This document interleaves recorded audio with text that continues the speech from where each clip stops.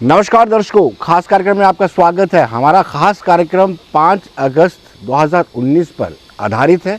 हम सब जानते हैं 5 अगस्त 2019 को 370वां संशोधन हुआ था और 35 को रिपील कर दिया था, जो ऐसी एक हवा बना के रखा था कश्मीरी सियासतदानों ने कि ऐसा संभव हो ही नहीं सकता। ऐसा संभव हुआ और 5 अगस्त 2019 को जब खुद गृह मंत्री अमित शाह हाउस के अंदर आए और उन्होंने किस तरीके से खंड 1 को छोड़ करके 370 को निरस्त कर दिया और 35 को भी रिपील कर दिया। हो हल्ला हुआ। कुछ लोग कहते हैं इससे नुकसान हुआ, कुछ लोग कहते हैं कि फ़ायदा हुआ। इस पर लंबी चर्चा होगी, लेकिन पर्दे के पीछे जिन लोगों ने भूमिका निभाई है उनसे आप अनभिज्ञ हैं, उनको आप नहीं जानते हैं। लेकिन आहिस्ता आहिस्ता हम आपको 5 एपिसोड में बताएंगे। मैं संकल्प प्रस्तुत करता हूं कि ये सदन अनुच्छेद 370(3) के अंतर्गत भारत के राष्ट्रपति द्वारा जारी की जाने वाली निम्नलिखित अधिसूचनाओं की सिफारिश करता है। संविधान के अनुच्छेद 370(3) के अंतर्गत भारत के संविधान के अनुच्छेद 370 के खंड 1 के साथ पठित अनुच्छेद 370 के खंड 3 द्वारा प्रदत्त शक्तियों का प्रयोग करते हुए राष्ट्रपति संसद की सिफारिश पर यह घोषणा करते हैं कि यह दिनांक जिस दिन भारत के राष्ट्रपति द्वारा इस घोषणा पर हस्ताक्षर किए जाएंगे और इसे सरकारी गैजेट में प्रकाशित किया जाएगा, उस दिन से अनुच्छेद 370 के सभी खंड लागू नहीं होंगे, सिवाय खंड 1 के नामक तदनुसार पढ़ा जाएगा। पहले एपिसोड में हम गणेश मल्होत्रा जी से आपको मिलाएंगे कि उनकी क्या भूमिका रही। गणेश जी, आपको स्वागत है। धन्यवाद। करीब 1 दशक आपने मुशक्कत की, स्टडी किया, और जब 2019 5 अगस्त तक, तब आपको कैसा लग रहा था जब हाउस के अंदर खुद गृह मंत्री राजनाथ सिंह कह रहे थे कि जब मैं जम्मू कश्मीर की बात करता हूं मेरा मतलब सिर्फ ये वाला कश्मीर नहीं, पीओके भी है। तब आपको कैसा लगा था? 370 हटा, 35 से रिपील हो गया। विनोद जी, ऐसा है कि 5 अगस्त 2019 को उससे 3 दिन पहले जी मेरे साथ एक दुखद घटना भी हुई थी। मेरे पिताजी का स्वर्गवास हो गया था जी, और उस समय मैं काफ़ी शोक में था, और जिन परिस्थितियों में वो चले गए, एकदम से हमें छोड़ के चले गए, तो बहुत एक मन जो था वो उदास था जी। उसी दौरान एक खबर आ रही थी कि 5 को कुछ होने वाला है, हालात ऐसे बन रहे थे, सिक्योरिटी बिल्डअप ऐसा हो रहा था, तो लग रहा था कि कुछ होने वाला है। तो 5 अगस्त को मेरे को आज भी याद है कि 5 अगस्त को हमने पिताजी की अस्थियों को लेके हरिद्वार जाना था जी। शाम की हमारी ट्रेन थी, और सुबह जब हम उठते हैं तो पता चलता है कि कर्फ्यू लग गया है, फ़ोन बंद हो गए हैं, और सुबह जब हम 10 बजे टीवी चैनल ऑन करते हैं तो उसमें देखते हैं कि पार्लियामेंट में ये सारा संशोधन जो है उसके बारे में गृह मंत्री अमित शाह जी ने चर्चा शुरू कर दी। तो एक वो जो दुख था, जो मेरे पिताजी की कमी थी, वो तो भर नहीं सकती थी, पर एक उस मोमेंट को थोड़ा सा लाइट करने के लिए मेरे लिए एक बहुत बड़ी डेवलपमेंट थी जी। 5 अगस्त की घटना को अगर हम देखें तो एक ऐतिहासिक कदम था, एक ऐसा ऐतिहासिक कदम था कि जिसके बारे में शायद बहुत सारे ऐसे लोग जो पॉलिटिकल पावर के हेल्म ऑफ द अफेयर्स पे रहे जी, उन्होंने तो ओपनली चैलेंज भी किया कि 370 हट जाएगा तो भारत जो है देश से अलग हो, तिरंगे को कंधा देने वाला नहीं रहेगा, हाँ, तिरंगे आग लग जाएगी, आग लग जाएगी, जम्मू कश्मीर भारत का अंग नहीं रहेगा जी। तो उनके लिए एक बहुत बड़ा एक सरप्राइज था जी। जैसे अपोजिशन के लीडर गुलाम नबी आज़ाद जी ने भी कहा था कि हमने सोचा था कि कुछ होने वाला है, पर हमने ये ऐसा होगा तो ऐसा नहीं सोचा था।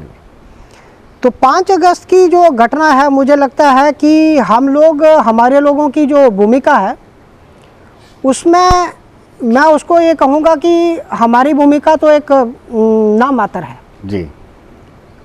भूमिका उन लोगों की है जो पिछले 70 सालों से लड़ाई लड़ रहे थे, जो मेन सफरर थे इसमें। यानी आप वेस्ट पाकिस्तानी रिफ्यूजियों की बात कर रहे हैं, वाल्मीकि समाज की, गोरखा बरादरी की बात कर रहे हैं, आप बाजीगर समाज की बात कर रहे हैं, लेकिन 10 साल लगातार आपने भी इस पर पूरा कंसंट्रेट रखा। ये तो श्रेय आपको जाता है ना, आप भले बहन के कर्टन पर्दे के पीछे रहना चाहते हैं। विनोद जी, इसमें मैं एक चीज़ ऐड करूंगा कि मैं अकेला नहीं हूं, इसमें एक जम्मू कश्मीर स्टडी सेंटर नाम की एक NGO है जी। तो अगर मैं उसके साथ नहीं जुड़ता तो शायद मुझे भी पूरी पिक्चर जो है वो क्लियर नहीं होती, क्योंकि आल्दो मैं डॉक्टरेट हूँ पॉलिटिकल साइंस में जी, पर जो हमने किताबें पढ़ी हैं, जो हमने हिस्ट्री पढ़ी है, जो हमने सारी वो चर्चाएं देखी हैं जी, उन सारी चर्चाओं में ये जो विषय, जब मैं 10 साल पहले इस सारे NGO में जुड़ा तो मैंने देखा कि ये तो कोई और ही पिक्चर है जी। तो क्योंकि एक रिसर्चर हूँ मैं और एक मैं पॉलिटिकल साइंस बैकग्राउंड से आता हूँ, तो पहले तो संदेह होने लगा कि ये तो कुछ और ही चीज़ है जी।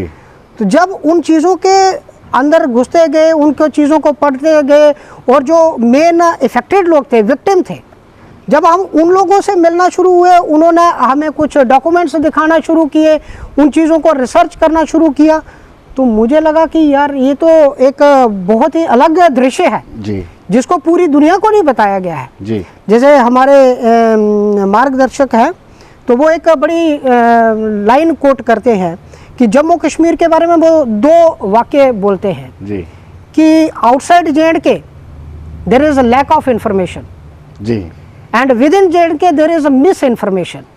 क्योंकि आप जम्मू में 370 के बारे में पूछेंगे किसी से तो आपको अलग ही एक पिक्चर दिखेगी, कश्मीर में आप 370 के बारे में पूछेंगे तो एक अलग ही पिक्चर दिखेगी। तो बात जो है वो फैक्ट्स पे नहीं की गई, राइट, एग्जैक्टली। बात जो है वो सिर्फ परसेप्शंस पे की गई, जैसा डराया भी गया कि कंधा देने वाला नहीं होगा, तिरंगा उठाने वाला कोई नहीं होगा, जम्मू कश्मीर भारत से अलग हो जाएगा, तो वो एक परसेप्शन बिल्डिंग थी। जैसे अभी मैं एक अपने मित्र से चर्चा कर रहा था तो वो कह रहे थे कि मेरे पास एक आदमी आया, एक जर्नलिस्ट आए, उन्होंने कहा कि बाकी तो सब कुछ ठीक है जी, 370 हटाया गया, 35 से हटाया गया, वो एक लीगल तरीके से हटाया गया जी, उसमें कोई दो राय नहीं है। और जैसे हमने जुडिशरी का स्टांस भी देखा है राइट, तो बहुत से लोग बहुत से उत्साहित थे, जो लोग इसको 370 के जो सपोर्टर्स थे वो बहुत उत्साहित थे कि सुप्रीम कोर्ट में कोई ना कोई रिलीफ मिल जाएगा। पर जब उन्होंने डिटेल में उसको स्टडी करना शुरू किया और जिस प्रक्रिया से उसको हटाया गया है तो उनको भी लगा कि जुडिशियल स्क्रूटनी में ये मसला जो है वो ठहर नहीं सकेगा। तो वो मेरे मित्र कह रहे थे कि वो जिनसे जर्नलिस्ट बंधु से बात कर रहे थे तो वो कहने लगे कि हाँ ये सब कुछ ठीक है, पर इससे सोशल और साइकोलॉजिकल डिप्रेशन हो गया है। अच्छा। तो जब उन्होंने फैक्ट्स पे उनसे पूछना शुरू किया तो वो उस चीज को एक्सप्लेन नहीं कर पाए। तो एक माहौल ऐसा बना दिया गया था, एक ऐसा माहौल बना दिया गया था कि विक्टिम कौन है, जो आतंकवाद से पीड़ित लोग जो हैं वो विक्टिम नहीं हैं, जो आतंकवादी हैं, आतंकवादियों का परिवार है, वो ह्यूमन राइट्स, उनके ह्यूमन राइट्स की बात होती थी। हम रेफ्यूजीज की बात करेंगे तो बात होगी किसकी, रोहिंग्यास की बात होगी जो 7 समुंदर पार करके आए हैं। जी बिल्कुल बिल्कुल बिल्कुल। पर ऐसे रेफ्यूजीज जो 70 साल पहले एक त्रासदी का शिकार होके एक बॉर्डर क्रॉस करके इधर आए और सब कुछ अपना उधर छोड़ के आए और आपने उनको इधर रहने दिया, वेस्ट पाक रेफ्यूजीज, और उस टाइम पे आपके बॉर्डर्स सारे खाली हो गए थे, उन्होंने बॉर्डर्स की रक्षा की, बॉर्डर्स के आसपास जो गांव थे उन गांवों को बसाया और आपने कहा कि हम आपको सारे हकूक देंगे। पर 7 साल के बाद आप जो एक 35A लाते हो उसमें कहते हैं कि नहीं, हक उसको मिलेगा जो 1944 से जम्मू कश्मीर में रह रहा था। तो मजे की बात यह है कि उनके लिए कंडीशन रखी गई कि वो 44 में इधर आए होने चाहिए, और जो लोग इधर से पाकिस्तान चले गए उनके लिए रीसेटलमेंट एक्ट लाया गया और 5 अगस्त 2019 तक वो पूरे हकदार थे कि वो कभी भी वापस आ सकते हैं और जम्मू कश्मीर में उनको सारे हकूक जो हैं वो मिलेंगे। तो हमारी जो लड़ाई थी, हमारी लड़ाई परसेप्शंस पे नहीं थी, हमारी लड़ाई फैक्ट्स पे थी। राइट। ऐसी पॉलिटिकल पार्टीज जिन्होंने अपनी पूरी शायद ये पॉलिटिकल पार्टीज इस बात को बुरा मानेंगी, पर मैं इधर एक शब्द यूज करूंगा, दुकानदारी उन्होंने चलाई, पूरी दुकानदारी उन्होंने दलितों के नाम पे चलाई। पर जब वाल्मीकि दलित की बात आती है तो उस मसले में वो चुप हो जाते हैं जी, खामोशी। ऐसी एनजीओज जिन्होंने वुमेन इश्यूज के ऊपर पूरी दुकानदारी चलाई, करोड़ों रुपए के फंड्स लाए, यूनाइटेड नेशन के जो बाकी ऑर्गेनाइजेशंस हैं उन्होंने उधर वुमेन की बात की। पर जब हम बात करते हैं कि हमारी जो बेटियां हैं जी, जिनकी शादी बाहर हो गई है जी, उनके हक की बात कोई नहीं करता है। राइट। तो ये एक ह्यूमन इश्यूज। लेकिन गणेश जी, एक चीज तो आपको सोचनी पड़ेगी, जम्मू प्रोविंस के लोगों को भी इन्होंने भ्रम और भ्रांति में डाल रखा था कि देखिए जी, अगर 370 में कोई छोटी सी भी छेड़खानी होगी तो ये तबाही हो जाएगी। 370 पुल का काम करता है इंडिया और JNK को मिलाने में। ऐसी भ्रांतियां कैसे फैला लेते थे? देखिए विनोद जी, एक मेरे को एक चीज़ इस चीज़ में बड़ी आश्चर्यजनक लगती है कि जब 35A का, आपको ध्यान होगा कि जी 35A का जो विषय है 2011-12 में आया जी, और इसके लिए मैं अपने जो NGO है स्टडी सेंटर, उसको पूरा श्रेय देता हूँ कि स्टडी सेंटर ने 35A का डिस्कोर्स जो है वो डिस्कशन में लाया जी, क्योंकि पहले तो सिर्फ बात 370 की होती थी। आज की डेट में बहुत सारी ऐसी और ऑर्गेनाइजेशन है जो श्रेय ले रही हैं, जिन्होंने कहा कि हमने बहुत सेमिनार किए, हमने बहुत प्रोग्राम किए, पर शायद उनका अस्तित्व जो है वो 2016 या 17 में ही हुआ जी। पर मैं किसी के खिलाफ नहीं बोल रहा हूँ, सबकी कंट्रीब्यूशन है, सबने अपना अपना जोर लगाया। जब 35A की बात आ रही थी तो जो कश्मीर बेस्ड पॉलिटिकल पार्टीज और उनके जो जम्मू में नेता नुमाइंदे उनके, वो कहते हैं कि ये महाराजा ने लाया था जी। जब हम बात करते हैं कि जम्मू कश्मीर को भारत का अभिन्न अंग बनाने में महाराजा हरि सिंह जी का रोल है, क्योंकि वो ही इंस्ट्रूमेंट ऑफ एक्सेशन साइन कर सकते थे और उन्होंने ही इंस्ट्रूमेंट ऑफ एक्सेशन साइन भी किया। राइट। तो महाराजा का जो रूल था वो तो 1927 में था जी। तो जब इंस्ट्रूमेंट ऑफ एक्सेशन की बात आती है तब आप श्रेय जो है वो शेख अब्दुल्ला को देते हैं जी। पर जब आपको लगता है कि लीगली आप फंस गए हैं तो आपने जम्मू के लोगों को इमोशनली किसी तरीके से ट्रैप करना है जी, तो आप श्रेय किसको देते हैं? महाराजा को देते हैं। बहुत अच्छी बात है, महाराजा जी ने ये 1927 में स्टेट सब्जेक्ट का लॉ लाया था जी। 1932 में उन्होंने इसमें एक और अमेंडमेंट की जी कि जो लोग जम्मू कश्मीर से बाहर चले गए हैं जी, उनकी, देखिए महाराजा इतने विजनरी थे, नो डाउट, उन्होंने कहा कि जो लोग इधर से चले गए हैं उनकी अगली 2 जनरेशन्स को भी ये इसका बेनिफिट मिलेगा, इसका लाभ मिलेगा जी। और उस लॉ में एक कंडीशन रखी गई कि कोई भी आदमी, क्लॉज 4 जी, कि अगर उसमें कोई भी आदमी, क्लॉज 3 सॉरी, कि अगर कोई भी आदमी 10 साल से जम्मू कश्मीर में रह रहा है और सरकार की इजाजतनामा और रियातनामा जी, मतलब कि सरकार की सहमति से जम्मू कश्मीर में रह रहा है, 10 साल के बाद वो एलिजिबल हो जाएगा जी। किसके लिए? स्टेट सब्जेक्ट के लिए। पर 1954 में जब आपने प्रेसिडेंशियल ऑर्डर इशू किया, प्रेसिडेंशियल ऑर्डर में पहले तो आपने 35A जो है वो पार्लियामेंट को बाईपास करके नेहरू जी ने अपनी सहमति से ही उसको कॉन्स्टिट्यूशन में इंट्रोड्यूस कर दिया जी। और इनकी जो मंशा है जी, उस पर शक इसलिए जाता है कि आर्टिकल 35 के बाद 35A होगा जी, पर इन्होंने उसको उधर मेंशन नहीं किया, अपेंडिक्स में मेंशन किया। जब हमारे लोगों ने 35A की बात करना शुरू की तो बहुत बड़े लीगल एक्सपर्ट वो कहने लगे ये कहाँ पे है जी, क्योंकि मेन बॉडी में तो था ही नहीं जी। तो आपने 35A लाया और जो महाराजा की कंडीशन थी 10 साल वाली जी, वो आपने डिलीट कर दी। राइट।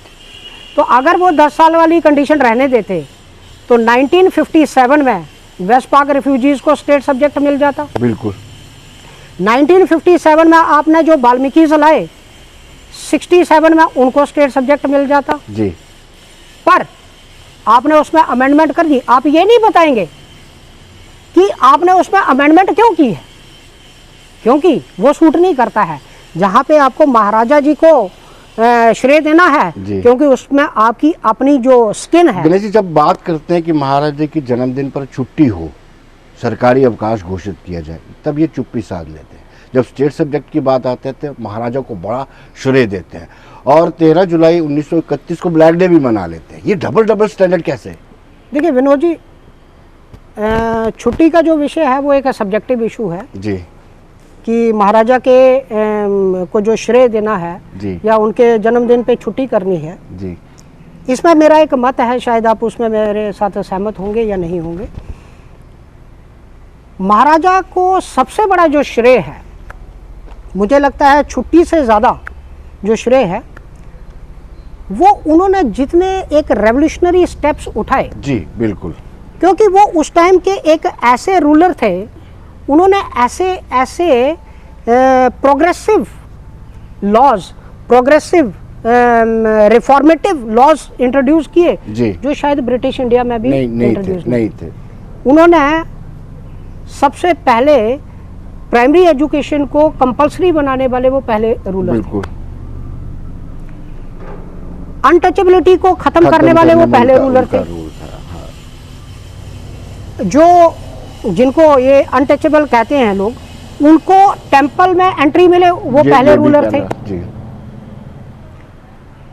सोचिए कि वो इतने विजनरी थे कि 1938 में उन्होंने जे.एंड.के बैंक की फाउंडेशन की। बिल्कुल। आप सोचिए कि आज की डेट में जे.एंड.के बैंक के आप हेड ऑफिस में भी चले जाएंगे जी, तो आपको महाराजा का एक चित्र नहीं दिखेगा। शायद अभी मैंने सोशल मीडिया में देखा, कुछ रोज पहले कुछ लोग गए थे, वो भेंट करके आए जी। आप पंजाब नेशनल बैंक में जाते हैं जी, तो पंजाब नेशनल बैंक में आपको लाला लाजपत राय जी का चित्र मिलता है। तो जो फाउंडर है जी, 2018 में इन्होंने 60 साल सेलिब्रेट किए इसके बैंक के 70 साल किए। उसमें उन्होंने जो पूरा एक पैम्फलेट इंट्रोड्यूस किया जी, जितने वो उन्होंने फोटो किए, महाराजा का जिक्र जो है बीच में एक लाइन का जिक्र था जी। तो ये श्रेय महाराजा को दे रहे जी। महाराजा के बारे में जितना नेगेटिव लिटरेचर होता था वो इन्होंने पब्लिश किया, और तो और महाराजा को जम्मू कश्मीर से बाहर निकाल दिया गया जी। कौन कल्प्रिट थे? तो मैं तो इनके परिवार को भी इसमें दोषी ठहराता हूँ। आज की डेट में वो बढ़ चढ़ के इनके जो पोते हैं, इनके जो महाराजा के बेटे हैं, वो आज की डेट में बड़े स्टेटमेंट देते हैं जी। आप लोग ठीक है, सरकारी स्तर पे माहौल ऐसा था कि महाराजा को आप महाराजा की कंट्रीब्यूशन को आप वो नहीं कर सकते हो जी, आप अपने लेवल पे तो कर सकते थे राइट।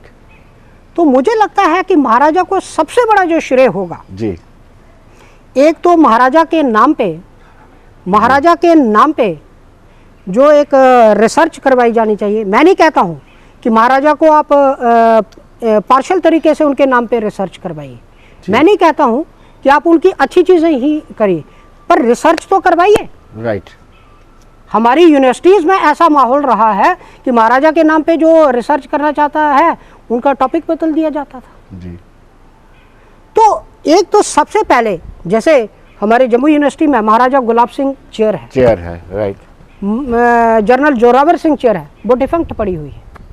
तो मैं तो ये मांग करता हूँ कि महाराजा के नाम पे एक तो रिसर्च करवाई जानी चाहिए। जम्मू यूनिवर्सिटी में सोच लेते हैं कि अगर कश्मीर यूनिवर्सिटी में हो इस तरह का जम्मू यूनिवर्सिटी में एक कौन से ऐसे लोग हैं उनको आइडेंटिफाई करने की जरूरत है। ये सरकार के सामने विषय है जी, क्योंकि सरकार जो है उनको एक, जैसे कल ही आपने देखा कि एक नोटिफिकेशन आई कि जो ऐसे लोग एंटी नेशनल एक्टिविटीज करने वाले एम्प्लॉइज उनके खिलाफ एक्शन होगा, तो किया जाना चाहिए जी। जैसे हमारा टॉपिक लिया जाना चाहिए, महाराजा रिसर्च करवाइए आप जी, महाराजा की जो कंट्रीब्यूशन है उनको हाईलाइट कीजिए, जो उनकी सही कंट्रीब्यूशन है उनको हाईलाइट कीजिए जी। आप कंट्रीब्यूशन, सबसे बड़ी जो कंट्रीब्यूशन है उस टाइम पे उन्होंने एयरपोर्ट की स्थापना की हुई है जी। तो एयरपोर्ट का नाम रखिए आप महाराजा हरि सिंह जी। तो ये वो लोग हैं जिन्होंने मतलब कि महाराजा को प्रताड़ित किया जी। महाराजा को इतने मतलब कि अगर हम इस सब का निष्कर्ष निकालते हैं तो महाराजा को इस बात की पनिशमेंट दी गई कि उन्होंने इंडिया के साथ इंस्ट्रूमेंट ऑफ एक्सेशन बिल्कुल बिल्कुल क्यों साइन किया, क्योंकि उस टाइम पे तो इन्होंने बड़ा पोर्ट्रे किया कि एक ऑटोक्रेटिक रूल खत्म हो गया, डेमोक्रेटिक रूल आ गया है। जी जी जी। तो कल ही मैं एक किताब पढ़ रहा था विनोद जी, उसमें मेरे को एक बड़ी सरप्राइजिंग फैक्ट मैंने पढ़ा कि जब 47 में Sheikh Abdullah prime minister appoint हो जाते हैं, इंटरिम एडमिनिस्ट्रेटर अपॉइंट हो जाते हैं जी। जैसे कुछ ही दिन पहले उन्होंने उनके पोते ने एक आर्टिकल लिखा, उसमें उन्होंने कहा कि भाई इधर की नॉमिनेटेड गवर्नमेंट थी, गवर्नर को उन्होंने नॉमिनेटेड कहा जी। कि उन्होंने कैसे कंसेंट दे दिए 370 और 35 को हटाने के लिए जी। तो वो ये भूल गए हैं कि 1952 तक उनके दादा जो थे वो कोई इलेक्टेड नहीं थे, उनको जबरदस्ती अपॉइंट किया गया था क्योंकि नेहरू जी का हाथ उनके ऊपर था जी। तो उसमें मैं किताब में पढ़ रहा था कि जो डोडा का डिस्ट्रिक्ट प्रेसिडेंट था जी, he was appointed as the DC of Doda. ओ क्या बात है। मतलब कि the bureaucracy, administration and political party they were acting as a same thing जी। एंड जी। जिस ढंग से उन्होंने किया, ये मैं उनकी डेमोक्रेटिक क्रेडेंशियल्स के बारे में आपको बता रहा हूँ जी। और जैसे उन्होंने किया तो सेकुलर फैब्रिक का भी उनको पता ही है आपको कि कैसे उन्होंने उधमपुर का डिवीजन किया, कैसे उन्होंने 1951 में डिलिमिटेशन की और 30 सीटें इधर दे दी, 43 उधर दे दी जी। किस बेसिस पे दे दी। तो ये सारा जो विषय है मुझे लगता है कि पब्लिक डिस्कोर्स में आना चाहिए और हमने जो किया है हमने इन्हीं फैक्ट्स के ऊपर रिसर्च की है। लेकिन गणेश जी आज भी उनसे जब बात की जाती है, पीडीपी वालों से बात करो, एनसी वालों से बात करो या जो अलगाववादी सोच के लोग हैं उनसे बात करो, आज भी उनको कोर्ट पर भरोसा है। कहते हैं कि सुप्रीम कोर्ट ने पहले भी जितनी बार याचिकाएं आई हैं और आउटराइटली रिजेक्ट कर दी है, आज भी वो यही कहते हैं। कोर्ट पे भरोसा है उनको। हाँ, कह रहे हैं कि उनको जस्टिस मिलेगा। हम भी कोर्ट पे भरोसा रखते हैं जी। अगर इसमें कोई कमी रह गई होगी जी तो कोर्ट उस पर संज्ञान लेगा जी। पर मेरा इसमें एक चीज़ और ऐड करने की है, 370 की याचिका दायर कर दी जी और 370 की याचिका के ऊपर सुनवाई भी शुरू हो गई। मेरा ये मानना है कि उससे पहले आपके ध्यान में भी होगा कि बहुत सारे ऐसे विक्टिम, वाल्मीकि समाज, वेस्ट पाक रिफ्यूजीज, गोरखास, वुमेन जी, उन्होंने 35A को चैलेंज करने के लिए भी याचिकाएं दायर की हैं जी। तो उन याचिकाओं के ऊपर भी संज्ञान लिया जाना चाहिए जी। आप एक पक्ष को सुन के तो डिसाइड नहीं कर सकते हैं। तो मुझे लगता है हमारी जुडिशरी जो है, हमारे जुडिशियल के क्रेडेंशियल्स ऐसे हैं कि वो जो भी देंगे तो सब पक्षों को मौका देके वो निर्णय लेंगे। गणेश जी, जब आपने आगाज़ किया था परसेप्शन अलग अलग थी उस दौरान, जब आपने ये स्ट्रगल शुरू किया अलग अलग परसेप्शन थी, तो लोग ये भी कहते थे कि कॉन्स्टिट्यूएंट असेंबली के बिना 370 के साथ कोई छेड़खानी नहीं कर सकता, बड़ी चीज़ें ऐसी थी। तब आपको भी भरोसा नहीं, तब आपको इस चीज़ का भरोसा था कि आप अपने मुकाम पे पहुंच पाएंगे और 370 और 35 से रिपील होगा। विनोद जी, जैसे क्योंकि मैं पॉलिटिकल साइंस में तो मेरा डॉक्टरेट है ही है जी, पर मैं LLB भी की हुई है जी। तो एक लॉ का छात्र होते हुए मुझे इतना, और जैसा हमने केसेस पढ़े हैं, हम लॉ में बहुत सारे केसेस पढ़ते हैं जी, तो मुझे अपने भारत के संविधान पे भरोसा था कि ये जो लोग हैं, वाल्मीकिस हैं, वेस्ट पाक रिफ्यूजीज हैं, वुमेन हैं, ये लोग परसेप्शन पे बात नहीं कर रहे हैं, वो भारत के सिटीजन हैं जी। आप सब कुछ कर सकते हो, आप 35A की जगह 45A लाइए, 370 की जगह 470 लाइए जी। पर आप एक आदमी को कैसे कह सकते हो कि आप ग्रेजुएट हैं और आपको स्वीपर की जॉब ही मिलेगी? आप कैसे बांध सकते हैं उसको? राइट। एक वुमेन जो इधर पैदा हुई, सारी एजुकेशन उसने इधर पाई और इधर की वो स्टेट सब्जेक्ट है, आप उसको कैसे कह सकते हो कि तेरी शादी बाहर हो गई है, आज के बाद तेरे राइट्स खत्म हो गए और तेरा भाई जो वो कहीं पे भी शादी करेगा उसके राइट्स बरकरार रहेंगे। तो ये तो एक लीगल इशू है, ये परसेप्शनल इशू नहीं है। तो ऐसा सोचते हुए एक उम्मीद थी कि किसी ना किसी दिन इन चीज़ों का संज्ञान लिया जाएगा और इन चीज़ों को किया जाएगा। हम उम्मीद कर रहे थे कि सुप्रीम कोर्ट से हमें रिलीफ मिलेगा, पर पार्लियामेंट जो है, जो उन्होंने 2019 में किया वो पहले भी कर सकते थे, तो पार्लियामेंट भी ऑथोराइज्ड है इस सब में अमेंडमेंट करने के लिए। तो मुझे लगता है कि जो स्टेप उठाया गया इसकी हमें उम्मीद थी और इस डायरेक्शन में हम JNK स्टडी सेंटर कितना टाइम, यानी आप लोग को आपकी टीम कितना टाइम दिन में देती थी और किस तरीके से आपने काम किया? लोग ये जानना चाहते हैं क्योंकि आप पर्दे के पीछे के हीरो हैं। नहीं सर, ऐसा नहीं है कि कोई फिक्स टाइम था जी, पर ये है कि हमारे जो हैं काम डिवाइडेड हैं और सब लोगों का अपना अपना एक कार्य क्षेत्र है जी। तो मैंने आपको जैसे कहा कि हमारा रोल कम है जी, ज़्यादा रोल जो है वो किसका है, जो विक्टिम्स थे जी, उन्होंने हमें गाइड किया कि हमारे साथ ऐसा हुआ है। जी, जैसे वाल्मीकिस हैं, जी, तो वाल्मीकिस ने हमें डॉक्यूमेंट्स प्रोवाइड किए जी, कि कैसे उनको लाया गया, कैसे उनको लौट। आप देखिए कि वाल्मीकि समाज जहाँ पे रहता है वो एक पॉश एरिया है, जी, पर आप अंदर जब उस कॉलोनी में जाएंगे तो they are living in very miserable condition. जी, बिल्कुल हमने देखा। हम और वो जगह जो है वो अपनी मर्जी से नहीं बैठे हुए, जी, वो उनको क्वार्टर्स बना के स्टेट गवर्नमेंट ने दिए हुए हैं। जी, तो बेसिकली क्या है कि देयर वाज ए हिपोक्रेसी। जी, ये खुद कंफ्यूज थे कि हमने ये किया है तो अब इसको कैसे रोकें। जी, तो जब बात लीगल इश्यूज पे आती है जी। तो उसको तो आप डिनाई नहीं कर सकते। गणेश जी, आखिरी सवाल आपसे। मैं 2 अगस्त 2019 को मेरी अपॉइंटमेंट थी राज्यपाल के साथ, सत्यपाल मलिक जी के पास। तो गवर्नर हाउस से मुझे फ़ोन आते कि आप वापस चले जाइए तो बेहतर रहेगा। आपको था कुछ इंट्यूशन थी कि 5 को कुछ होने वाला है धमाका?